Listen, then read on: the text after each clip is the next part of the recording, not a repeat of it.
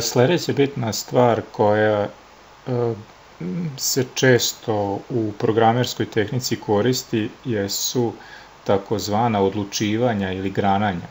Kako to da shvatite? Pa jednostavno u nekim situacijama vaš program će imati neku interakciju, da li interakciju sa vama, sa taj lik da ima interakciju sa drugim likovima i u zavisnosti od toga šta se desi ili koji su odgovori ili šta bude rezultat nečega, mi možemo imati različiti tok programa. Konkretno kako možemo to pokazati, recimo neko vas pita da odgovorite na neko pitanje i vaš odgovor, koji može biti raznolik u zavisnosti od šta vi odgovorite, može naravno da bude tačan ili netačan. Ako bude tačan, dobit ćete 5, ako ne bude tačan, verovatno ćete dobiti novo pitanje i sad u zavisnosti od toga šta bude rezultat na kraju, vi ćete kroz neki program ili kroz neku situaciju proći na različite načine. Sad, to imate najbolje primere kroz vaše igrice, tako? Ako lopta prođe kroz gol, dobit ćete poene, ako prođe kroz koš, dobit ćete poene, ako vas protivnik dodirne, izgubit ćete poene. Znači, zavisnosti od igrice, ta neka interakcija koja se dešava na ekranu, vi ćete biti na različite načine nagrađeni ili nećete biti nagrađeni. Sad, ajmo da to pokušamo da vidimo na najjednostavnije primere kako to izgleda u Scratchu. Pre svega, unutar upravljanja imamo komande ako je, pa neki oblik, onda, ili ovde neka druga, ako je, onda, pa imamo neka dva ova mesta. Znači, suština je sledeća. Pred vama se postavlja neko pitanje. Ako je nešto ispunjeno, onda će se izvršiti deo programa koji se nalazi ovde u sredini, a ako nije, jednostavno će se taj blok preskočiti i nastavit će se dalje. Ovde će nam pomoći dosta takozvani operatori, naravno, kojima mi možemo, recimo, da neke stvari proveravamo. Pa evo, da li je broj 100 veći od 50? Mi znamo, naravno, da jeste. I sad, ako ovo jeste, onda možemo reći da ovaj lik naš izgovori zdravo. Naravno, ako ovo nije, onda da nastavi program dalje. Naravno, ovo je besmisleni deo programa, zato što ovo uvek ne možemo mi menjati, ali ono što možemo da uradimo jeste sledeće. To će nam biti uvod i za nešto što će doći u narednom periodu, što se u programskom žargonu zovu promenljive, ali ovde jedna najjednostavnija stvar postoji kao interakcija lika na pozornici i onog koji gleda ovaj program, to smo mi, ili neko kome vi pošaljete tu vašu aplikaciju ili ovde neku igricu, da imate pitanja. Pitanje koje bi se postavilo moglo bi da glasi koliko je 2 plus 2. Naravno, mi znamo odgovor.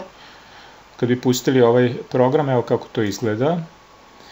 Ispisuje se ono koliko je 2 plus 2, je tako, kao i bilo koji tekst koji smo ranije koristili i sada se čeka vaš unos.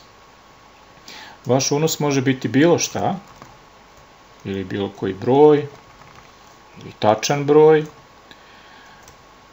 I kada pritisnete Enter ili ovde ovo oznaku za markiranje, program je stao zato što mi dalje program nismo navodili šta da se radi.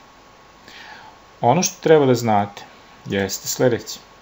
Kada se pita ovaj unos, pitaj i čekaj, naravno dok se ne unese, taj odgovor koji se ovde zabeleži je smešten u memoriju koju program naziva odgovor. Evo ga ovde. To je jedna privremena promenljiva, kažem, o promenljivima pričamo kasnije, ali taj odgovor koji sam ovde upisao zabeležen je u ovu memoriju. Znači on je sad ovakav, na sledeće puštanje programa bit će drugačiji i tako dalje. Čak mogu da se malo našalim, je li tako? I da ovde u izgledu kažem izgovori,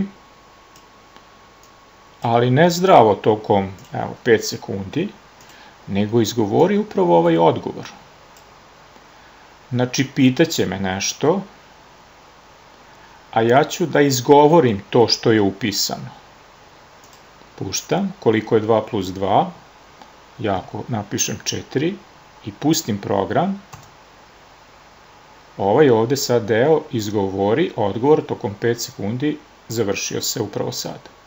Pustim ovaj program, koliko je 2 plus 2, napišem nešto potpuno nelogično, taj odgovor se meni sada prikazuje.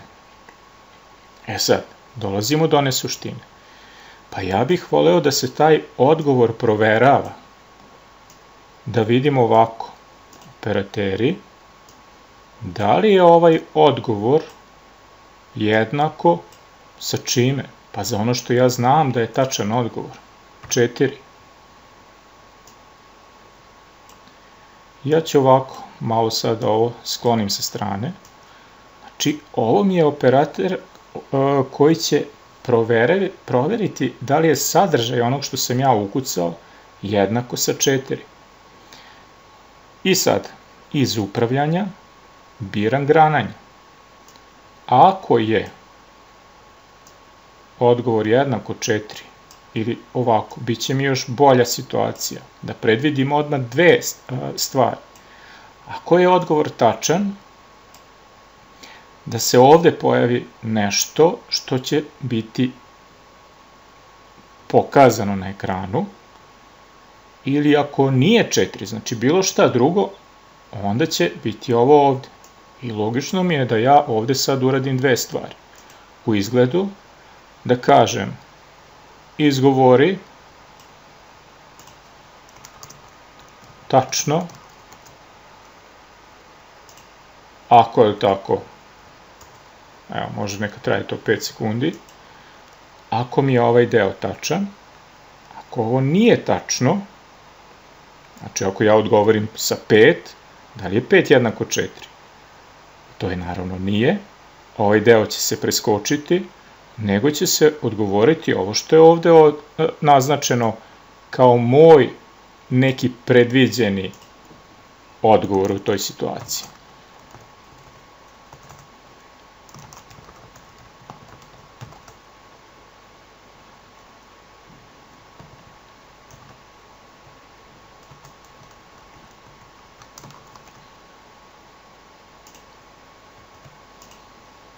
Pustit ćemo program.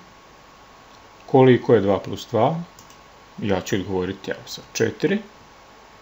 I meni sad povratni odgovor je tačno i program će se završiti posle 5 sekundi.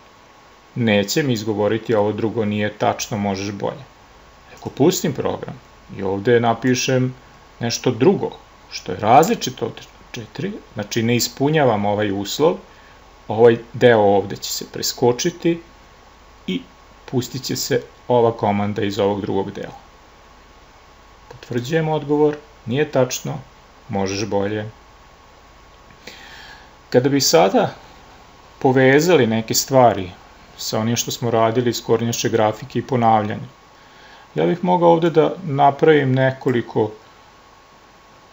zanimljivih, recimo, nekih mogućnosti. Šta ja to mogu da radim? Znači, evo, ako je odgovor 4, ja bih mogao recimo da, ili, ajde, mogu da ovako napišem.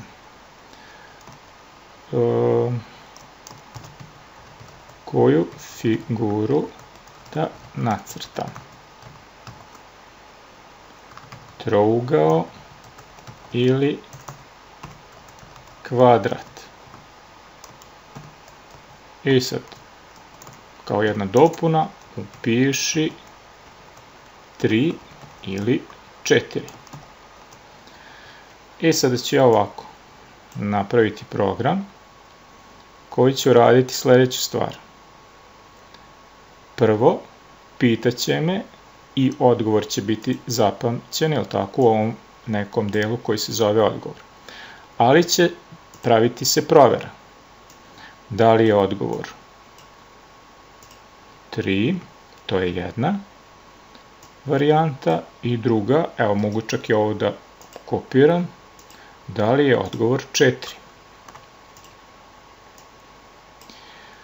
Iz upravljanja biram grananje, i to ovo najjednostavnije. Ako je odgovor 3, nacrtaj mi trougao, je li tako? Ja bih sada iskoristio ono što sam već ranije radio, ponovi 3 puta. Šta? Idi 100 koraka, zakreni se za 120 stepeni i možda je to ona jedna sekunda pauze, da bi bilo jasno, to da ponovi 3 puta. Sljedeća stvar koja mi treba jeste, a šta ako je odgovor, evo sad ću ovako, izvinjam se, zaustavit ću, 4, ponovi 4 puta, idi 100 koraka, zarotiraj se za 90 stepeni, čekaj 1 sekundu. Znači šta je moja želja ovdje? Da u jednom trenutku ja imam odlučivanje, grananje. Da li će mi se nacrtati trougao ili će mi se nacrtati kvadrat. Ako odgovor moj bude broj 3, evo ovdje, nacrtat će mi se ono što je ovdje, naravno da će biti to onda trougao. Ako je odgovor 4, nacrtat će se ovo što je ovdje, to će biti kvadrat. S tim što bih ja morao sad na početku da ovdje dodam iz olovke onaj deo koji mi je klasičan važan, obriši sve, podigni olovku, neka boja bude ta, i naravno mogao bih da spustim olovku ovdje pre tog pitanja i da ovaj sad program, evo sada pustim, da vidim kako će se odvijati. Koju figuru da nacrtam, trougao ili kvadrat? Ja kažem broj 3, enter, gotovo. Ako ja sad pustim opet program, koju figuru da nacrtam, broj 4, po moj odgovor,